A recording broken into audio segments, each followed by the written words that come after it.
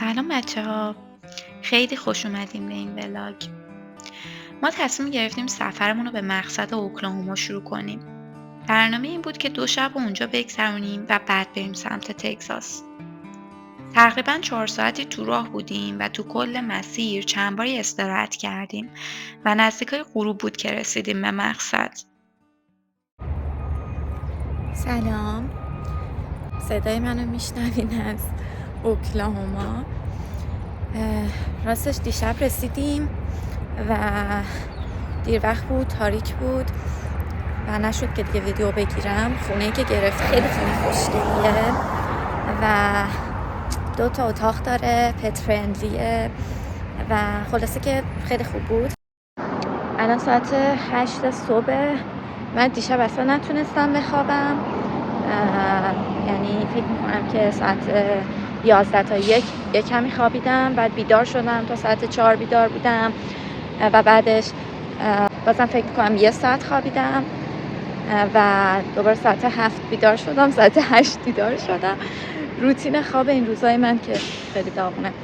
الانم که ساعت نزدیک 9 من بیدار شدم، آمدم یکم توی این محل دور بزنم. اینجا خیلی محل خوشگلی، یعنی خیابونی که ما توش خونه گرفتیم خیلی قشنگه، مخصوصا شبش که نور پردازی و اینا شده. حالا شب انقدر که خسته بودیم مثلا به فکر فیلم گرفتن نیفتادم. روز یه سری پلن داریم که یه سری جاها بریم. دوست داشتم برم استخر، ولی راستش استخرش اینجا خیلی گرون بود، ولی اون هتلی که تو دالاس گرفتیم اونجا استخر داره، خیلی ذوق دارم براش. دیشب که اومدیم خرید نکردیم برای صبحونه، و همینم خیلی گوشتم. تنها چیزی که تونستم پیدا کنم یه دونه موز بود که برداشتم اومدم اینجا بخورم، یکم هم قدم بزنم، امیدوارم که مسیر رو گم نکنم. مثل اینکه اینجا برف اومده، اینجا آثار برف هست ولی خیلی کمه نسبت به کانزاس، نسبت به منهتن خیلی کمه، و اینکه هواش هم خیلی خشکه. یعنی از شب قبل که اومدیم، حالا فکر کنم من باید برگردم چون نور اینجا خیلی بده. از دیشب که اومدیم من دماغم داره خون ریزی میکنه، حالا مویرگاش پاره شدن و اینا. این حالت رو خیلی نداشتم توی منهتن، ولی خب اینجا دارم. بدون کاپشن اصلا نمیتونی بیای تو منهتن توی این تایم، ولی الان اینجا کاپشن ندارم، فقط یه بافت دارم.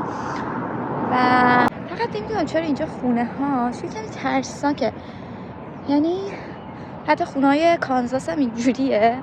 شاید من توی این 4-5 خونه های منهتن زیاد دیدم، نمیدونم، ولی کلا اینجا یکم خونه های عجیبی داره. و اینکه اینجا ماشین باحاله. اینجا آدمایی که سنشون خیلی زیاده هم ورزش میکنن. این خانوم که ورزش میکنه فکر کنم حداقل 50 سالش باشه. خوبه دیگه، خیلی هوای خوبیه.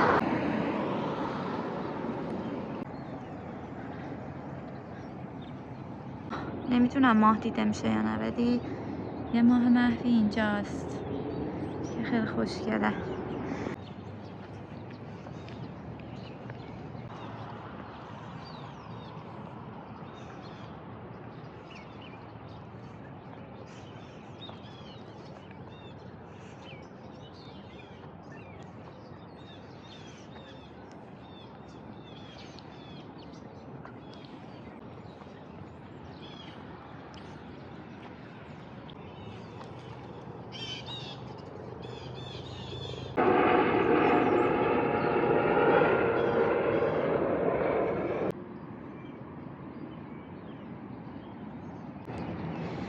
یه چیز جالب دیگه ای که اینجا زیاد دیده میشه توی خیلی از ایالت‌ها ایناه، یعنی میان اینجا پلاستیک میذارن برای سگا که آشغالاتشون رو جمع کنن، و اینم خب خیلی چیز قشنگه.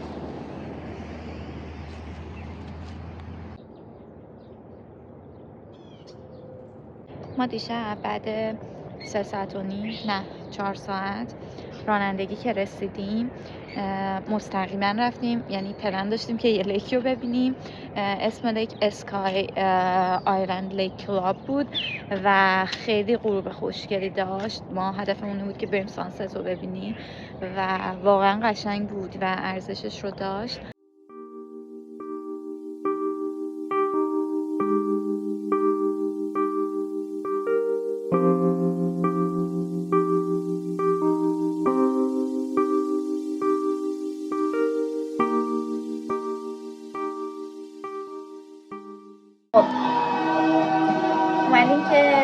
بشیم بریم بیرون به عنوان اولین روز سفرمون.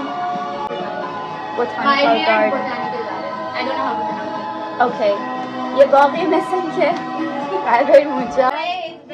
میگن که شبیه یه باقی که توی همین کمپس خودمونه. در واقع قراره صبحونه بخوریم و بریم یکم بگردیم.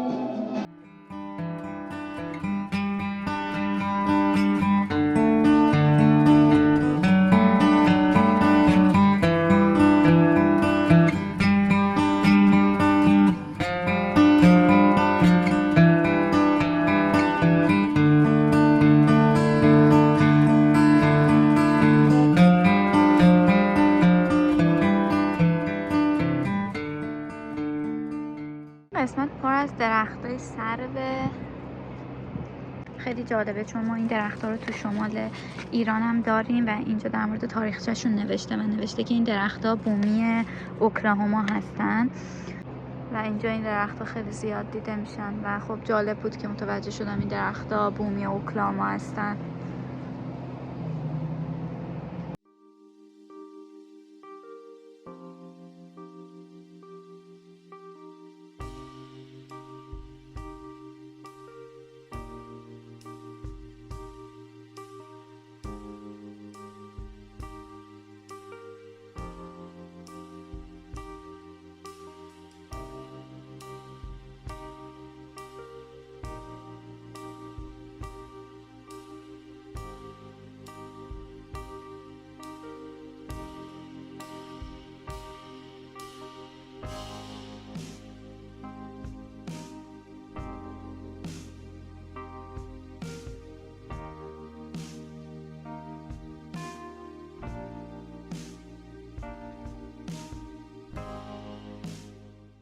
ما رفتیم هفنر لیک رو دیدیم، همینجایی که اردک داشت و اینا و الان حدوداً نزدیک ظهره و خیلی گشتمونه. میخوایم بریم بریک تاون. اول یه چیزی میخوریم و بعد یه کمی از شهر دیدن میکنیم و اینجا یه چیزی که داره اینه که ساختمان‌های خیلی بلند و قشنگی داره که خوب تو منهتن نیست و برای ما یه چیز جدیدی. البته من میتونم بگم که اینا بلندترین ساختمان‌هاییه که من تا حالا دیدم مثل این.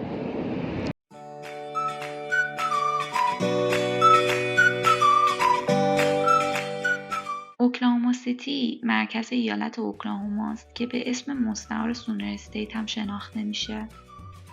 بریک تاون یا شهر آجری در واقع داونتاون شهر اوکلاهوما سیتیه، البته نه به خاطر خیابونا و انبارهای آجریش.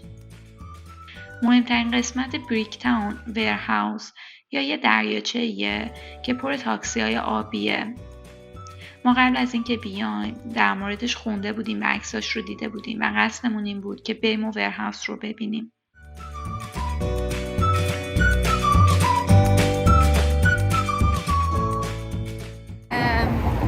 ما مثل 3 آدمی که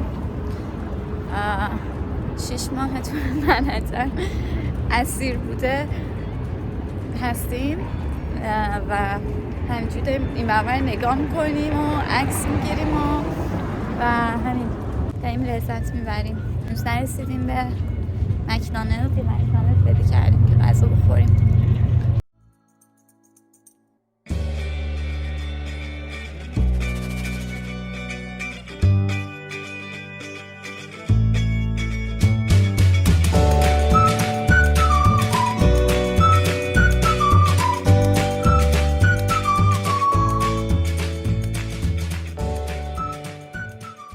غذا خوردیم، سیر شدیم، الان نوشتیم که بریم یکم بیشتر بگردیم تو شهر. میخوایم بریم یه جایی به اسم فکتوری ابسکورا، نمیدونیم چیه، فقط میدونیم که چیزایی مثلا اینطوری عجیب غریب و اینا داره. حالا نشون میدم. یه جای دیگه هم میخواستیم بریم، واتر تاکسی که نمیدونم تاکسی آبی داره به چیه. الان که اومدیم اینجا این ساختمونش بسته بود، حالا داریم میریم بگردیم میتونیم انترنسش رو در ورودیش رو پیدا کنیم یا نه. من از یه کارخونه‌ای گذشتیم که کارخونه سونیک بود. این ورودی هم به نظر میاد که بسته است. یه ورودی دیگه اینجا داره، فکر میکنم که اینم بسته باشه. بریم ببینیم تو جای دیگه میتونیم پیدا کنیم یا نه. و یه چیز دیگه هم که هست اینجا، خیلی از این اسکوترها هست، خیلی زیاده. یعنی تو منهتن که نیست، ولی خب تو شهرهای دیگه هست و اینجا خیلی زیاده. یعنی میتونی سوارشون بشی، باشون میری تو سطح شهر بچرخی و هر جایی که میخوای بذاری. بعد از دیدن مجسمه‌های زیاد تو سطح شهر از بیسبالیستای معروف و قهرمانای بیسبال، متوجه شدیم که اوکلاهوما سیتی توی بیسبال قویه و 2 تا تیم داره که تو سال‌های گذشته قهرمانی‌های زیاد رو به دست آوردن. بعدش خلاصه ما ورهاوس رو توی بریکتاون پیدا کردیم، همون منطقه‌ای که میگفتن یکی از محبوب ترین مناطق برای مسافرها و بازدیدکننده هاست و تاکسی های آبی که انتظار داشتیم توی کانال به حرکت در بیاد و مسافران رو این ور اون ور ببره.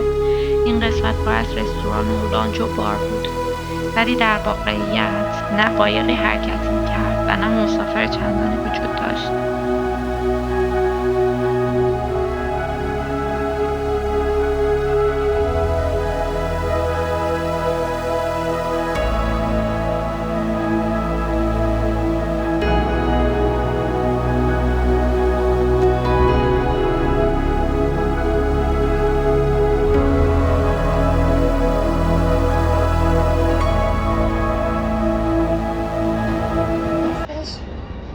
اینجام که اومدیم این قایق‌ها رو اومدیم سوارشیم، روی اینجام بسته است. نمیدونم کلا خیلی اینجا خلوته همه چیزش، انگاری که کلا همه چیه شهر بسته و خاطر نمیدونم چه اتفاق افتاده. قشنگ من خوشحالم که اینا بسته بودن، چون که اینجا واقعا اون لیو لازم رو نداره. خیلی مسیر خوشگلی داره، ولی یا تو شب خیلی خوشگله که نور داشته باشه این مسیر دریاچه، و یا اینکه توی اسپرینگ اصلا بهار و اینا باشه که سرسبزی درختا معلوم باشه. دمش خالی از لطف نبود. اونجا یه آبشار داره، میرم جلوتر ازش فیلم بگیرم.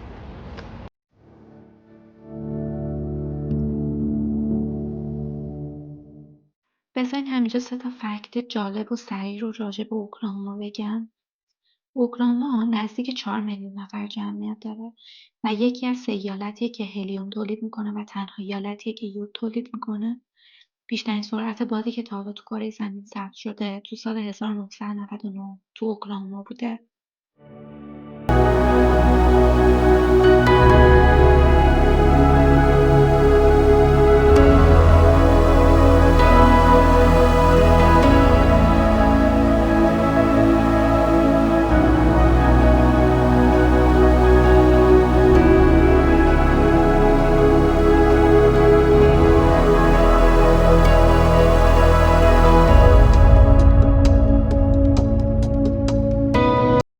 اوکی، اینجا که اومدیم اسمش بود فکتوری آف ابسکیورام که گفتم نمیدونم چیه.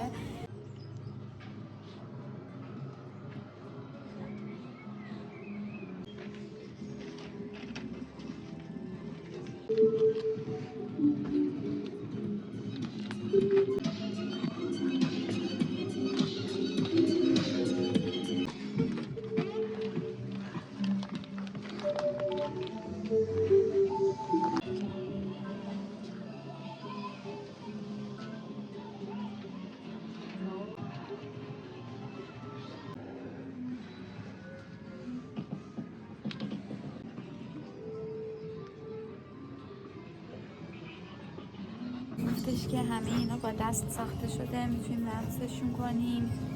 اینو بذارم بالای عینک‌ها، تصویر رو 3 بعدی میکنه.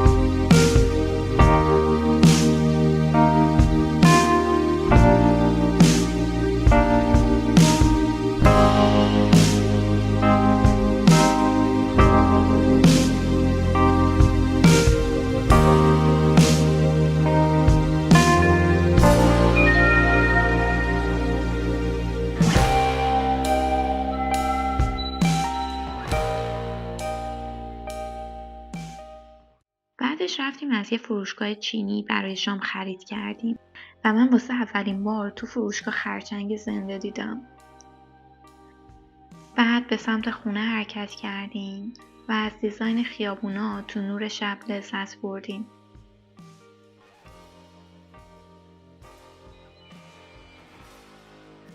یه کمی استراحت کردیم.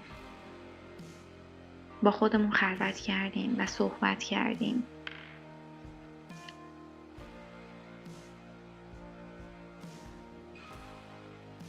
صبح بعد صبحونه خوردن وسیله‌هامون رو پک کردیم. با این خونه زیبا خداحافظی کردیم.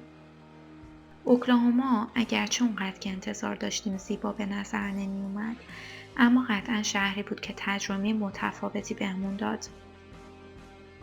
احتمالاً بهمون یاد داد گاهی اوقات بهترین تجربه ها تو ساده ترین مکان ها و لحظه ها اتفاق میفته.